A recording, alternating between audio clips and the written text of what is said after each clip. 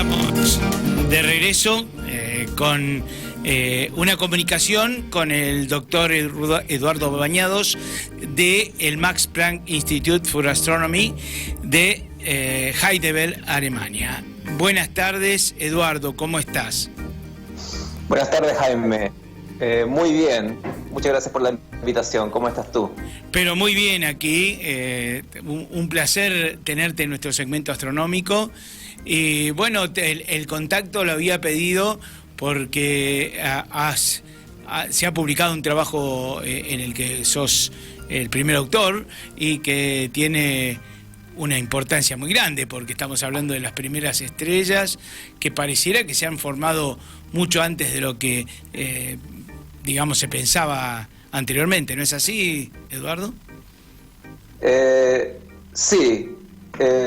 Un estudio en que ponemos los primeros límites de cuándo se pudieron haber formado estas estrellas.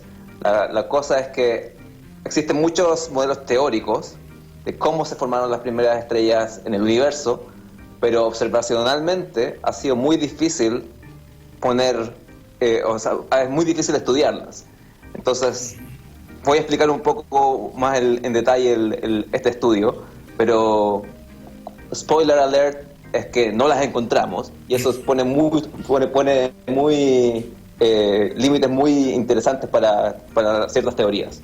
Bien, excelente, adelante, por favor. Ok, bueno, mi línea de investigación se enfoca principalmente en los primeros 1.000 millones de años del universo.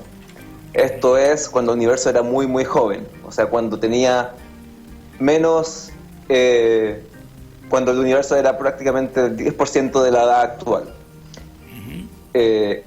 Y la manera que yo ocupo, soy un astrónomo observacional, o sea, voy al telescopio, analizo mis datos, o sea, más que hacer teorías, para estudiar este universo que es tan temprano, o que está muy lejos de nosotros. Lo que ocupo yo como mi herramienta principal son objetos que se llaman cuásares. Que los cuásares, no sé si Jaime ya os ha explicado Siempre es bueno contarlo de nuevo porque hay mucha gente que se engancha en este programa y entonces es bueno contar lo que es. Sí, bueno. Entonces los cuásares son prácticamente los objetos más luminosos que conocemos en el universo, que están siempre ahí emitiendo una cantidad de luminosidad increíble. Y el mecanismo que tienen estos sistemas para brillar tanto es básicamente un agujero negro supermasivo en el centro de una galaxia muy grande que está siendo alimentado constantemente, que está cayendo material a este agujero negro y se forma un disco alrededor de esto que empieza a girar a velocidades increíbles, miles y miles de kilómetros por segundo, y esto se calienta de manera tal que este disco, que está rotando muy cercano al agujero negro, emite una cantidad de luz que es más luminosa que la galaxia entera donde vive. Y gracias a esto nos permite estudiarlos con los instrumentos que tenemos hoy en día, con los telescopios que existen hoy en día, en gran detalle, incluso cuando el universo era muy, muy joven. Gran parte de mi trayectoria como investigador ha sido buscando estos cuásares, los más lejanos que se conocen. Son muy luminosos, pero son muy raros. Hay muy pocos de ellos en el universo, porque estos objetos tienen agujeros negros gigantescos, millones de veces la masa del Sol. Y cuando tú vas mirando el universo más y más lejano, estás más cerca del Big Bang. Eso significa que tienes menos tiempo para formar estos monstruos gigantescos. Entonces, una de las grandes preguntas es cómo se formaron, que todavía no sabemos cómo responder esa pregunta. Y cada vez que vamos encontrando cuásares más y más lejanos, este problema se pone más serio. Como parte de mi tesis de doctorado y después he seguido trabajando en esto, he descubierto prácticamente la mitad de los agujeros negros más lejanos que se conocen, incluyendo el más lejano. O sea, el agujero negro supermasivo que más lejano que conocemos lo descubrí yo el año pasado, y esto pone límites muy interesantes en cómo se formaron los primeros agujeros negros, las primeras galaxias, cómo la química del universo cambió completamente. Y bueno, pero ese es otro estudio, que podemos hablar de eso otro día si quieres. Con todo gusto. pero claro, entonces ya conocemos casi 300 agujeros negros ya dentro de los primeros 1.000 millones de años del universo. Hay que pensar que el universo entero, o sea, hasta el presente, desde el Big Bang hasta ahora, tiene casi 14.000 millones de años. Entonces estamos mirando súper en el pasado. Prácticamente si el universo fuera una persona, digamos que una persona de 50 años, cuando encontramos uno de estos objetos que podemos medir la distancia, podemos saber exactamente dónde están repartidos el universo, es como si nos dieran una foto de esta persona cuando él o ella tenía 2 años y medio de vida. Entonces nos da una información de cómo, después nosotros podemos comparar cómo el universo en diferentes imágenes y tener una idea de cómo va evolucionando el universo. Entonces, encontrar estos objetos es interesante y ya tenemos tenemos como 300 de estos objetos y había uno de estos muy particular. O sea, ahora nosotros con mi equipo los estamos estudiando con prácticamente todos los telescopios que existen. Y había uno muy particular que no tenía un espectro. O sea, estos cuásares, cuando uno toma un espectrógrafo en un telescopio, que lo que hace es prácticamente tomar la luz que viene viajando por 13.000 millones de años, llega a tu telescopio y la dispersas así como en un arco iris. Eso es un espectro y eso lo podemos estudiar en mucho detalle, podemos saber qué elementos químicos hay en esa galaxia súper lejana. Y los espectros de los cuásares generalmente se ven bien similares.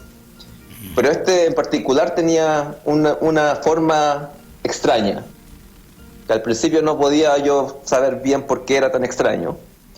Así que tomamos más y más datos y nos dimos cuenta de que había una nube de gas que está formando enfrente de este cuásar, muy enfrente de este cuásar. Y esa información se queda reflejada en este espectro que obtenemos del cuásar. O sea, podríamos decir que está contaminado por algo que está justo al frente del cuásar. Y eso estaba cambiando la forma de lo que estábamos observando. Y bueno, con mi equipo entonces empezamos a estudiar esto en más detalle y nos dimos cuenta que era una nube de gas, pero y pudimos incluso detectar algunos elementos químicos como magnesio, silicio, carbón. Tenemos que pensar que esto está muy lejos en el universo y tenemos la tecnología para medir elementos químicos a estas distancias. Uh-huh. Y lo que nos llamó mucho la atención... Claro, ¿de dónde salieron esos elementos tan pesados, tan antiguos, ¿no? O sea, tan...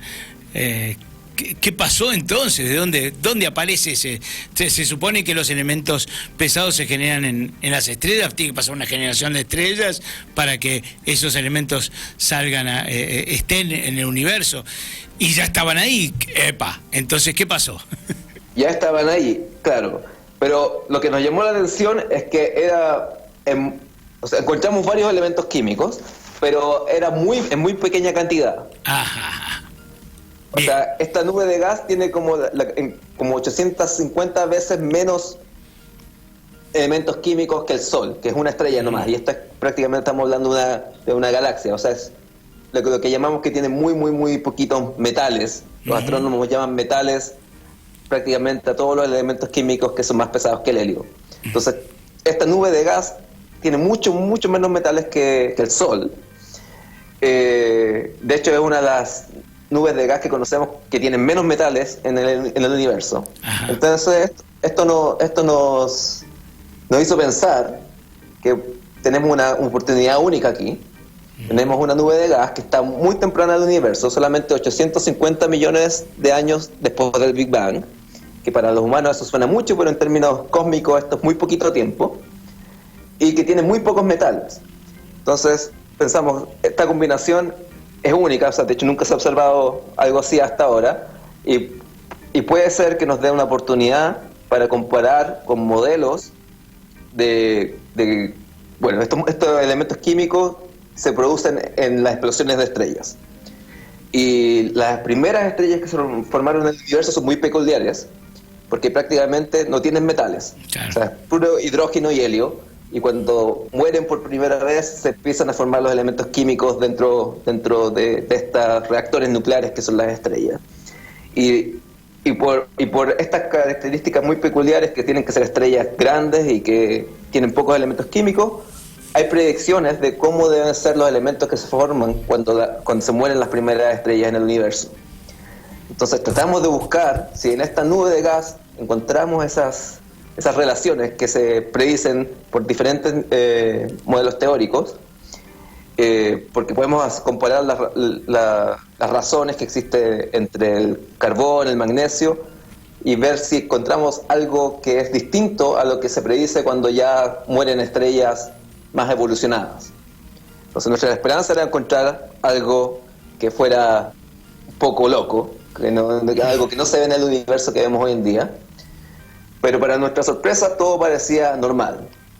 O sea, todas las razones que entre carbono, magnesio, silicio, todo sigue el mismo patrón que cuando se muere una estrella que ya tiene de todo, solamente que tiene muy poquito.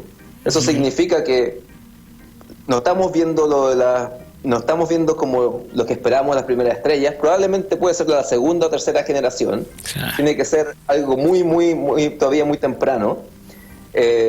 Pero si ya hay una segunda generación de estrellas, ya borra como estos patrones químicos que uno espera de las primeras estrellas. Y esto nos está diciendo que las primeras estrellas se tienen que haber formado de una manera increíblemente rápida, más rápida y morir mucho más rápido de lo que mueren las estrellas que conocemos hoy en día. Claro. Porque una estrella morir se demora prácticamente 1.000 millones de años. El universo en esta época ya tenía menos que eso, entonces tiene que pasar todo demasiado rápido, y gracias a esto estamos poniendo nuevos cotas, ¿no? Cotas, ¿no? Claro, para algunas teorías. Perfecto. Muy bien, muy interesante este resultado. Y estas observaciones, ¿con qué instrumentos las han hecho? Este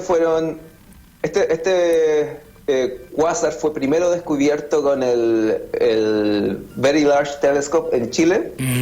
Y ahí nos dimos cuenta que tenía un espectro muy extraño que no lo entendíamos bien. Así que después obtuve otras observaciones más profundas en el infrarrojo, que nos dio mucho más información, y esas fueron tomadas con el telescopio Magallanes, también en Chile, en el observatorio Las Campanas. Sí, está bien.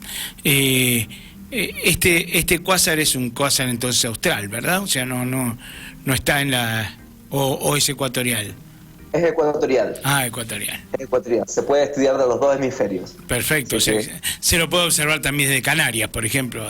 También se puede observar de Canarias. Claro, está bien. Sí. Perfecto. Y es bastante brillante. O sea, para ser tan lejano es muy brillante. Claro. Sí, estos cuásares evidentemente nos permiten muchas cosas, ¿no? El hecho de ser tan brillantes permiten ver justamente lo más distante posible en el universo. Si no fueran así de brillantes, no tendríamos información de esas regiones del universo, ¿no? Exactamente, pero algo que quizás la gente no se da cuenta en la casa, que somos la primera generación de seres humanos que puede estudiar algunas de las primeras galaxias que se formaron en el universo. O sea, esta luz que estamos recibiendo hoy en día ha estado viajando por 13.000 millones de años. Creo que somos afortunados de que estamos en una época que tenemos la tecnología para hacer esto. Sí, 100 años atrás ni siquiera estaríamos todavía en la discusión si esas nubes que vemos son galaxias o si son nebulosas de nuestra propia galaxia, ¿no? Como estaba justo más o menos para esta época estaba esa discusión, ¿no? Y hoy exactamente. Y hoy podemos hablar de no solo de eso, sino de saber las diferencias, sino además encontrar una nube en otra galaxia en el confín del universo, ¿no? Eso es espectacular, realmente es una suerte haber vivido esta época. Y bueno, y de hecho este estudio que hicimos hoy no hubiera sido posible hacerlo 10 años atrás. No, ni siquiera 10 años, o sea, una locura, ¿no? Es una barbaridad lo que se ha desarrollado la tecnología. Bien, bueno, yo te quiero hacer una pregunta que generalmente le hago a todos mis entrevistados, y es, ¿cómo llegaste a la astronomía? Y esta pregunta es para inspirar a los jóvenes que nos escuchan, porque justamente lo que pretendemos también con el programa es motivar a aquellos personajes curiosos que estudian astronomía, ¿no? Como hemos hecho vos y yo, ¿no? Sí, claro. Tenemos 3 minutos, voy a tratar de ser corto, pero sí, la historia es... bueno, yo soy de Chile. Sí. Y creo que la primera vez que de verdad me dije, quiero ser astrónomo, fue cuando con mi familia fuimos de vacaciones a La Serena, que queda ahí en la 4ª región de Chile, 5 horas al norte de Santiago, y fuimos a un observatorio turístico, o sea, un observatorio que se llama Mamayuca, que uno puede ir con la familia y te muestra el cielo. Y esa fue la primera vez que yo vi la Vía Láctea con mis propios ojos. Yo vivía en Santiago, claro. La contaminación lumínica es increíble, no se puede ver. Vi la primera vez la Vía Láctea con mis propios ojos y me di cuenta que ahí nos dijeron que Chile tenía cielos privilegiados y que están estas personas que son astrónomos y que estudian el cielo y les pagan por mirar el cielo. Y de ahí que eso me quedó rondando en mi cabeza y empecé a estudiar más, pero ese fue el momento que no podía creer que, bueno, por mirar las estrellas a uno le pagaran. Y yo, la verdad que para mí mi trabajo es mi hobby y lo he pasado tan bien que no me arrepiento de nada. Perfecto, excelente, me encanta porque es muy inspirador. Justamente, además coincidimos en que yo no tuve, yo soy mucho más viejo, entonces Mamayuca no existía ni tampoco había observatorios en Chile cuando yo era pequeño, solamente el de Las Condes ahí en Santiago, pero bueno, yo argentino sí. Tuve la suerte de ver un cielo muy lindo en otros tiempos donde la contaminación lumínica no era un horror como ahora en cualquier ciudad del mundo, ¿no? Pero bueno, yo veía la Vía Láctea y ese cielo en Córdoba particularmente, en Argentina, ese cielo era justamente lo que me inspiró para ser astrónomo. Así que tenemos un pasado en común en eso, aunque haya muchos años de diferencia entre uno y otro, y eso es realmente, a mí me parece muy inspirador, ¿no? Como para los jóvenes. Yo creo que debería ser un derecho de todo ser humano, por lo menos alguna vez en su vida, ver la Vía Láctea al ojo desnudo. Y sí. Eso, sorprendentemente, muchas personas no lo han visto. Así es, y todos los que habitan en grandes ciudades lamentablemente no lo ven hoy, ¿no? Así que, bueno, te agradecemos muchísimo, te libero porque sé que estás muy ocupado, estamos justo en las 14 horas de aquí, así que muchísimas gracias y ya te vamos a contactar nuevamente porque ya nos debes algo que nos prometiste, así que es hablar sobre los otros cuásares, ¿no? que descubriste. Perfecto. Muchas gracias. Y buenas tardes buenas casi noches para ti. Está oscuro aquí ya, aunque son las 6 ya está oscuro. Sí. Bueno, muy bien. Que la pases muy bien y gracias otra vez, ¿eh? Gracias, adiós. Muy bien, entonces estuvimos en contacto con Eduardo Bañados, que es un astrónomo chileno que reside hace mucho en Alemania y que es trabaja en el Instituto Max Planck para la astronomía y bueno, está en Heidelberg, Alemania. Así que, muy bien, volveremos en unos minutos con otra entrevista.